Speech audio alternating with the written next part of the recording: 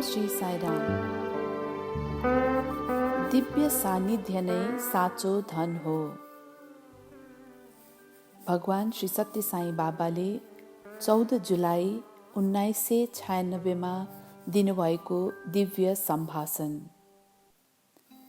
जब तिमीले आफ्ना घरमा पहिले नै दीप प्रज्वलित गरिसकेका छौ भने तिमीलाई आफ्नो छिमेकी कहाँ दीप प्रज्वलनका लागि जान किन आवश्यक छ र?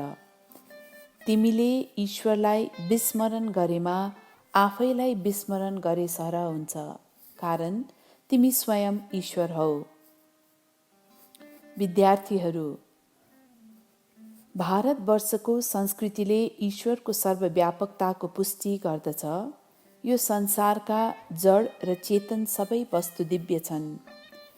ढुङ्गादेखि हिरासम्म, कमिलादेखि सिंहसम्म, सानो चरादेखि अति ठुलो चिलसम्म, सानो चिल्लो ढुङ्गादेखि पहाडसम्म सबै दिव्य छन्।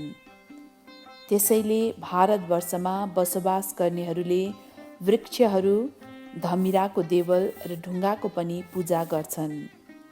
तर अचेल मानिसहरूले यो पवित्र चलन भुलेका छन् र यस्ता परम्पराका धरोहरहरूलाई अन्धविश्वास भन्छन्। आधुनिक विद्यार्थीहरू पनि यस्ता प्राचीन परम्पराहरूलाई मूर्खतापूर्ण कार्य ठानेर निन्दा गर्दछन्। सबैमा एउटै आत्मिक तत्त्व विद्यमान छ। वास्तवमा भारतका पवित्र प्रथाहरूमा एउटा गहन र आन्तरिक अर्थ निहित छ। भारतीयहरू ईश्वरले मानव जातिलाई मात्र प्रदान गरेको प्रेमको तत्त्वलाई सीमित गर्दैनन्, बरु उनीहरू सबै चेतन प्राणीहरू र जड वस्तुमा आफ्नो प्रेम समेत बाँड्न चाहन्छन्। त्यसैले त्यागराजाले गाएका छन्, हे राम, हजुर आफ्नो प्रेमको विशुद्ध एवं चोखो रूपमा कमिलादेखि ब्रह्मसम्म, साथै शिव र केशवमा पनि विराजमान हुनुहुन्छ। कृपया मेरो पनि संरक्षण गरिदिनुहोस्। देवत्व सर्वव्यापी छ। ईश्वर यहाँ छ त्यहाँ छैन भन्ने कुरामा कदापि शङ्का नगर। भारतीयहरू सडक छेउको ढुङ्गालाई समेत पुज्दछन्। तिनीहरू विषालु सर्प बस्ने धमिराले बनाएको माटोको ढिस्कालाई समेत पूजा गर्छन्। भारतीयले पूजा नगरेका वस्तु यस संसारमा केही छैनन्। उनीहरू प्रत्येक थुम्कालाई पवित्र गोवर्धन पर्वत र प्रत्येक चुचुरालाई हिमालयका रूपमा पूजा गर्छन्। यस प्रकार प्रत्येक थुम्का, धमिराको देवल, वृक्ष, चरा र पत्थरहरू पनि भारतीयहरूका लागि श्रद्धाका वस्तु हुन्। उनीहरू कमिलालाई आहारका रूपमा चामलको पिठो खुवाउँछन् र प्रेमपूर्वक रेखदेख गर्छन्। यस प्रकार भारतको यो भूमिले करुणा र त्यागको भूमिका गर्नेको रूपमा ख्याति कमाएको छ। भारतीय संस्कृतिको यस्ता पवित्र प्रथालाई तिमीहरूले अन्धविश्वास ठान्नु जतिको ठुलो मूर्खता अरू केही छैन। अन्य मुलुकका मानिसहरू बन्धुत्वको सिद्धान्तभन्दा ठुलो अरू कुनै सिद्धान्त छैन भन्ने कुरामा विश्वास गर्छन्। तर मानिसको बन्धुत्वको यो सिद्धान्तभन्दा पनि श्रेष्ठ सिद्धान्त छ। त्यो हो एकात्मभाव वा एकत्वको सिद्धान्त।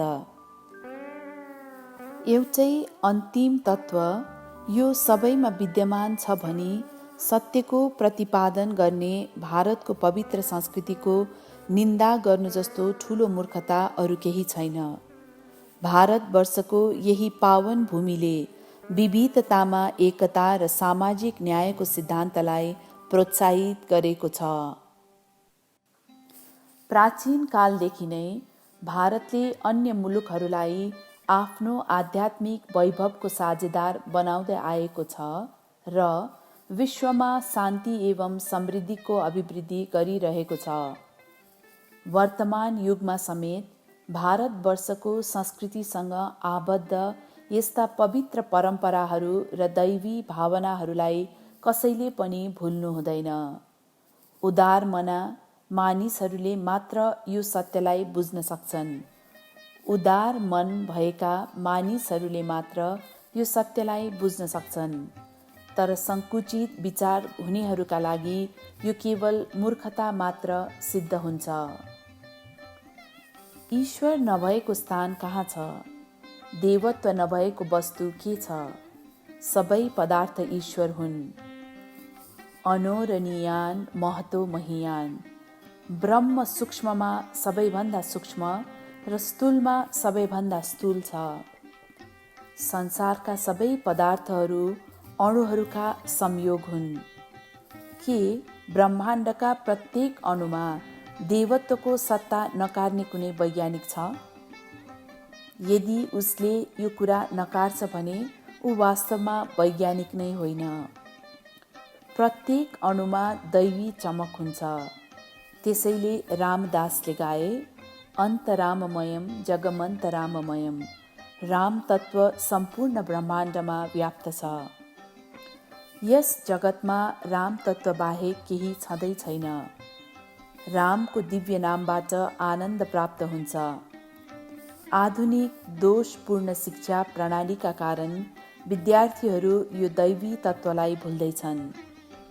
आधुनिक शिक्षा जीविकाका लागि मात्र हो, यसले प्रज्ञा प्रदान गर्दैन। आजभोलि पापको डर छैन। प्रत्येक दिन दुष्टता एवं क्रूरताका कार्यहरू भइरहन्छन्। तिनीहरूको विस्तार वर्णनातीत छ। ईश्वर भक्ति लुप्त भएको छ।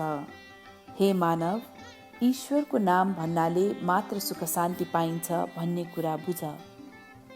हे मानव, शिक्षाको सेखी नगर। ईश्वरलाई प्रणाम गर्दैनौ र प्रेमपूर्वक उनको स्मरण गर्दैनौ भने तिम्रो शिक्षा व्यर्थ छ। हे मानव, तिमी आफ्नो उदरपूर्तिका लागि मात्र जीवनमा कठिन सङ्घर्ष गर्छौ। तिमी विभिन्न क्षेत्रहरूका नाना प्रकारका ज्ञान प्राप्त गर्छौ। बिहानदेखि साँझसम्म ईश्वरलाई भुलेर तिमीले सांसारिक ज्ञान एवं धन आर्जन गर्नमा सबै समय लगाएर कुनै ठूलो सुख प्राप्त गर्यौ। स्वाअध्ययन एवं शोधखोज गर।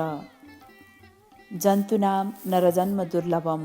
सबै प्राणीहरूमध्ये मानव जन्म अति दुर्लभ छ। यस्तो दुर्लभ जन्म पाएर पनि तिमी के प्राप्त गर्न खोज्दैछौ? के तिमीले यो जीवनमा यस्तै प्रकारका सांसारिक सुख प्राप्त गर्न खोज्छौ?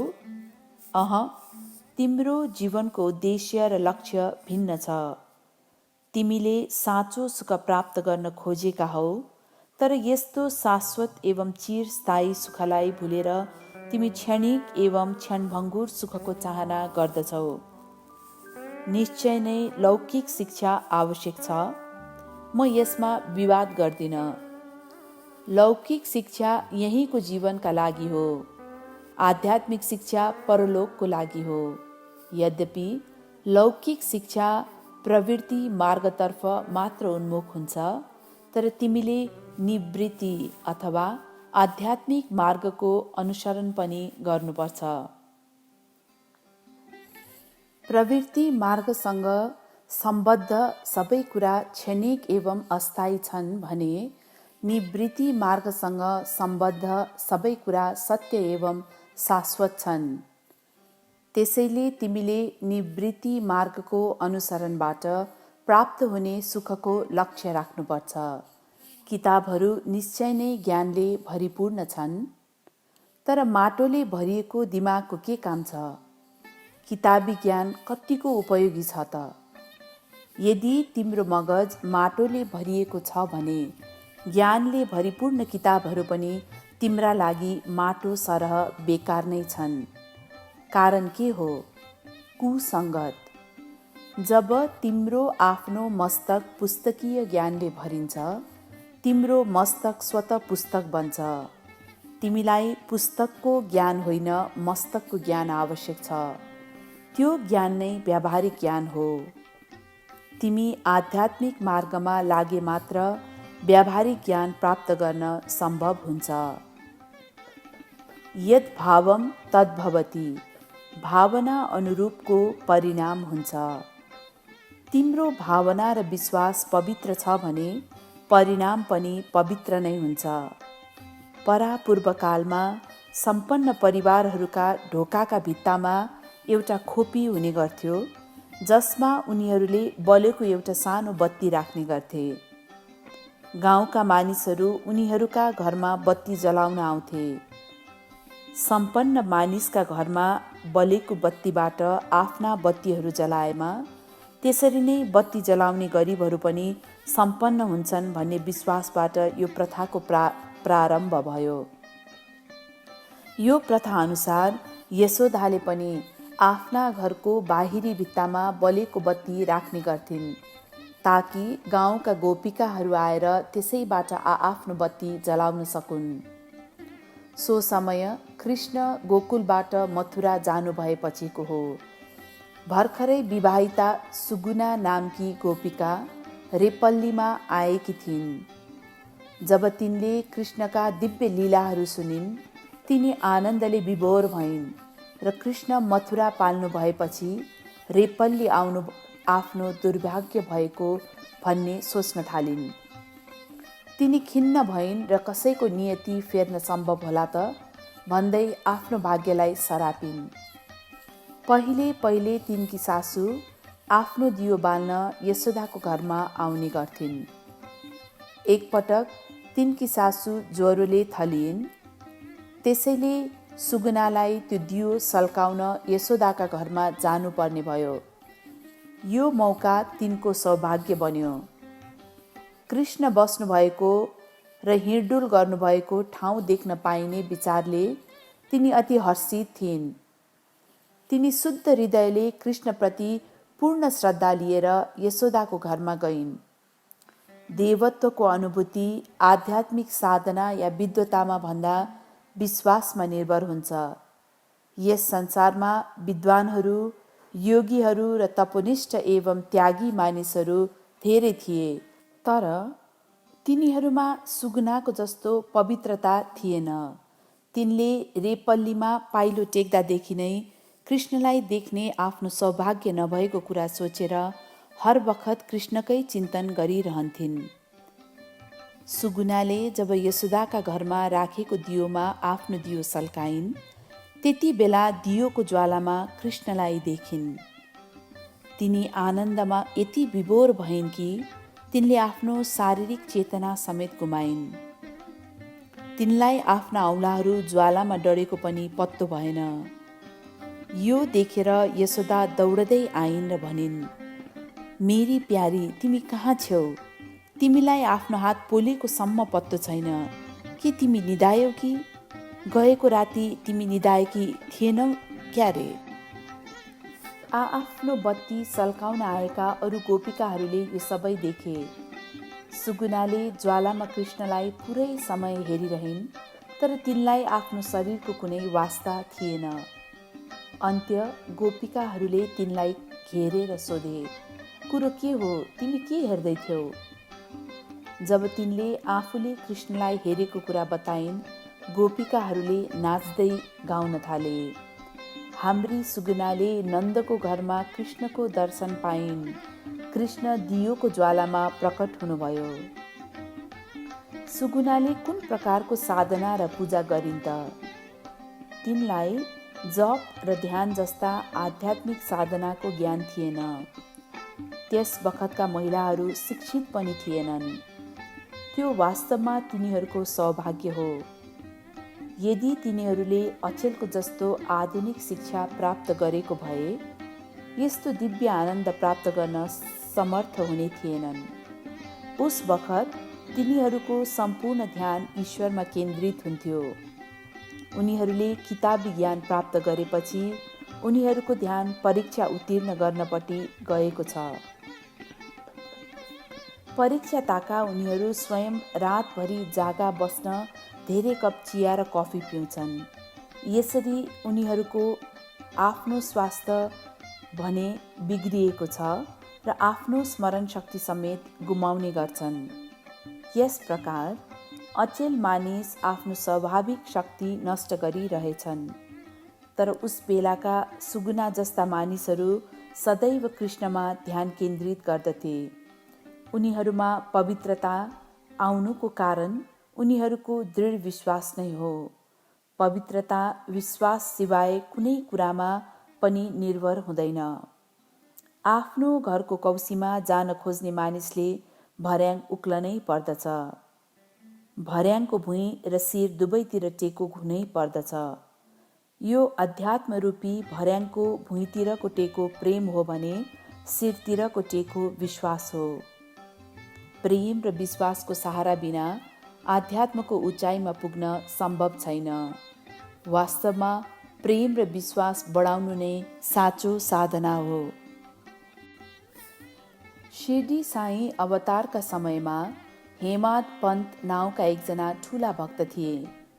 उनको अर्को नाम अन्ना साहेब दाभोलकर थियो। उनी धेरै बाबाको चिन्तन गर्दथे र सदा सर्वदा बाबा बाबा बाबा भनेर जपिरहन्थे। एक दिन 3 बजे राति एकजना अग्ला मानिसले उनको ढाडमा धाप मार्दै निन्द्राबाट जगाए र भने, हेमाद पन्त, भोलि तिम्रा घरमा खाना खान आउँदैछु। उनी सपना हो या विपना भनेर आश्चर्यचकित भए। तर जब आफ्नो घरको ढोका खुलेको देखे उनलाई यो विपनै हो भन्ने महसुस भयो। तब उनी आनन्दले गदगद भएर जोडले चिच्याउन थाले, मेरा बाबा म कहाँ आएर मलाई भोलि मेरो घरमा खाना खान आउँछु भन्नुभयो। यो कुरा सुनेर उनकी पत्नीले उठेर सोधिन्, तपाईलाई के भयो? के तपाईले सपना देख्नु भएको थियो? यसरी ठुलो स्वरमा कुरा गरिरहनु भएकाले कतै तपाईँ बौलाउनु त भएन? बाबा भोलि आउन कसरी सम्भव छ? शिरडी कहाँ र हाम्रो घर कहाँ? यो सबै तपाईँको कल्पना वा भ्रम मात्र हो। तब हेमाद पन्तले आफ्नी पत्नीलाई भने, हे मूर्ख, ईश्वरका लागि नजिक र टाढा भन्ने कुरा हुँदैन। सर्वव्यापी भगवानका लागि आउने जाने भन्ने कुरा कसरी हुन सक्दछ? ईश्वर न त आउनुहुन्छ न त जानुहुन्छ, उहाँ सर्वत्र हुनुहुन्छ। सत्पात्रले उहाँलाई सर्वत्र देख्न सक्छ। पवित्रता नहुने मानिसहरूले उहाँलाई देख्नै सक्दैन। यो सबै आफ्नो विश्वासमा भर पर्दछ। हेमाद पन्तले आफ्नी पत्नीलाई भने, भोलि बाबा हाम्रा घरमा पाल्नुहुन्छ, त्यसैले भोलि बिहान स्वादिष्ट खाना तयार गर। त्यो कुरा सुनेर उनी ज्यादै खुसी भइन् र भनिन्, बाबा हाम्रा घरमा आउनु हाम्रो अहोभाग्य हो। उनी सखारै उठिन्, आफ्नो घर र भाँडाकुँडा सफा गरिन्, बारा खिर आदि धेरै मिठा परिकारहरू तयार गरिन्। तिनले आँपको पात र फूलका मालाहरूले घर सजाइन् र बाबाको आगमनको प्रतीक्षा गरिन्। अपराह्न 12 बज्यो, तर बाबाका आगमनको कुनै चालचुल थिएन। त्यसैले तिनी चिन्तित भइन्। तब हेमाद पन्तले तिनलाई सान्त्वना दिने प्रयास गर्दै भने, बाबा आफ्नो वचन पूरा गर्न कहिल्यै पछि पर्नुहुन्न। बाबा सत्यका प्रतिमूर्ति हुनुहुन्छ। वास्तवमा उहाँ भगवान सुब्रमण्यम नै हुनुहुन्छ। तसर्थ बाबा निश्चय नै आउनुहुन्छ। 2 बज्यो तर बाबा आउनु भएन। हेमाद पन्तले के गर्ने कसो गर्ने केही थाहा पाएनन्। त्यही बखत 2 जना मानिस तिनीहरूका घरमा आए र भने, हेमाद पन्त, तपाईँ धेरै व्यस्त देखिनुहुन्छ। सायद तपाईँ कोही आफन्तको प्रतीक्षामा हुनुहुन्छ। त्यसैले यस बेला तपाईँलाई अल्मल्याउनु उचित छैन। हामी पछि आउँला। तर यो सानो पोको कृपया तपाईँ राख्नुहोस्। हेमाद पन्तलाई त्यो सानो पोको बुझाएर तिनीहरू हिँडे। जब उनले त्यो पोको खोलेर हेरे, त्यसमा त बाबाको चित्र पो रहेछ। उनले त्यो चित्रलाई श्रद्धापूर्वक ढोगे र चिच्याए, अहो प्रिय बाबा, हजुर चित्रका रूपमा पो मेरो घरमा पाल्नु भएछ। भक्ति एक प्रकारको पागलपन हो। साईं बाबा सच्चिदानन्द स्वरूप हुनुहुन्छ, जसले सांसारिक पागलपन हटाएर तिमीलाई ईश्वरका लागि पागल बनाउनुहुन्छ। उहाँले तिमीलाई ईश्वरका लागि किन पागल बनाउनुहुन्छ? मात्र तिम्रो सांसारिक पागलपन हटाउनका लागि। यदि तिमी आफ्नो सांसारिक पागलपनबाट मुक्त हुन चाहन्छौ भने तिमी ईश्वरका लागि पागल हुनै पर्छ। बाबा तिम्रो सांसारिक चिन्ताको आँसु पुस्नुहुन्छ र तिमीलाई ईश्वरका लागि आँसु बहाउने बनाउनुहुन्छ। हेमाद पन्तले बाबाको चित्र सामु खाना राखे र आँखा चिम्लेर प्रार्थना गरे, बाबा हजुरले यो खाना ग्रहण गर्नै पर्छ। जब उनले आँखा खोले, खाना राखेको थालीबाट एउटा बारा गायब भएको थियो। उनले खीर पस्केको थालीमा बाबाका औँलाहरूको चिन्ह देखे तब प्रसन्न हुँदै भने, बाबाले भोजन ग्रहण गर्नुभयो। अब उनले त्यहाँ बचेको बारा र खीर प्रसादका रूपमा सबैलाई बाँडे। यस प्रकार बाबा आफ्ना भक्तहरूलाई सन्तुष्ट पार्ने गर्नुहुन्थ्यो। आफ्ना भक्तहरूका घरमा आउने वचन दिएर बाबा कुनै न कुनै रूपमा उनीहरू कहाँ आउनुहुन्थ्यो। भक्तहरूलाई ईश्वर सबै प्राणीहरूमा विद्यमान हुनुहुन्छ भन्ने कुराको अनुभव दिलाउन भैँसी, बिरालो, कुकुर आदिका रूपमा पनि उहाँ भक्त समक्ष पुग्नुहुन्थ्यो र भगवानका लागि बनाएको भोजन ग्रहण गर्नुहुन्थ्यो। अब म त्यसो गर्न चाहन्न। एकपटक मैले तिम्रा घर आउँछु र तिमीले अर्पण गरेको भोजन ग्रहण गर्छु भनेर प्रतिज्ञा गरेकाले म स्वयं तिम्रा घरमा गएर खाना खानेछु। मुम्बई आउँदा म तिमीहरूका घरमा आएर खाना खान्छु भनी धेरै मानिसहरूलाई भने। सोही बमोजिम म उनीहरूका घरमा गएँ र उनीहरूले दिएको खाना खाएँ। तब मात्र उनीहरू प्रसन्न भए। उनीहरूको प्रसन्नताको कारण के हो त? यो उनीहरूको प्रेमको अनि विश्वास र सद्भावको परिणाम हो। उस बखतका भक्तहरू प्रेम र पूर्ण विश्वासले परिपूर्ण थिए। तर आजभोलिका भक्तहरूमा अल्पकालिक विश्वास मात्र हुन्छ। जब ईश्वरले उनीहरूलाई तिमीहरूका घरमा आउँछु भन्नुभयो, त्यस बखत तिनीहरू ज्यादै प्रसन्न थिए। तर पछि तिनीहरू स्वामी आउनुहुन्छ कि आउनुहुन्न भनेर शङ्का गर्न थाले। तिनीहरूले के सम्म सोच्न थाले भने स्वामीले उनीहरूको सन्तुष्टिका लागि त्यसै भन्नुभएको होला। यस प्रकारको शङ्का उपशङ्का नगर। जब तिमी स्वामीका वचनहरूमा पूर्ण विश्वास बढाउँछौ, ती वचनहरू निश्चय नै सत्य सिद्ध हुन्छन्। ती वचनहरू सधैँ साँचा हुन्छन्। तर तिमीमा विश्वासको कमी भएमा ती वचनहरू असत्य हुन सक्दछन्। त्यसकारण दृढ विश्वास बढाऊ। जस्तो सुकै परिस्थितिमा पनि र जसरी भए पनि तिमीले भगवानप्रति विश्वास गर्न नछाड। विश्वास नै तिम्रो प्राणवायु हो। मेरो शिरडी साई अवतारमा केही मानिसहरूले मेरा वचनहरू र कार्यहरूको सूक्ष्म अर्थ बुझ्न सकेनन्। तिनीहरू बाबा कहाँ आउँथे र गुनासो गर्थे, बाबा तपाईँले आउँछु भन्ने कबुल गर्नुभएकाले हामी तपाईँको प्रतीक्षामा थियौँ। किन तपाईँले हामीलाई निराश तुल्याउनु भयो? किन तपाईँले हामीलाई धेरै कष्ट दिनुभयो? तब बाबाले उत्तर दिनुहुन्थ्यो, तिमीहरू साँच्चै नै धेरै मूर्ख छौ। म तिमीहरूको घरमा आएको त थिएँ, तर तिमीहरूले मलाई लाठो लगाएर खेदिदेऊ। ती मानिसहरूले छक्क परेर भने, के भन्नुभएको बाबा? कि हामीले तपाईँलाई लाठो लगाएर भगाउने जस्तो पाप पनि गरौँला त? तब बाबाले उनीहरूलाई एउटा कालो कुकुरको भेषमा उनीहरूको घरमा आएको कुरा बताउनुभयो र ईश्वर सबै प्राणीहरूमा हुनुहुन्छ भन्ने सत्य प्रमाणित गर्नुभयो। जब तिमी मुसो देख्छौ, त्यसलाई खोरमा थुन्ने प्रयास गर्छौ या लट्ठीले हानेर मार्न खोज्छौ, तर जब त्यही मुसो भगवान गणेशसँग बसेको देख्छौ, तिमी त्यसलाई प्रणाम गर्छौ। त्यस्तै प्रकारले जब तिमी सर्प देख्छौ, त्यसलाई मार्न खोज्छौ या सपेरो बोलाएर पक्रन लगाउँछौ, तर जब भगवान शिवको गहनाका रूपमा त्यही देख्छौ, तिमी त्यसैलाई प्रणाम गर्छौ।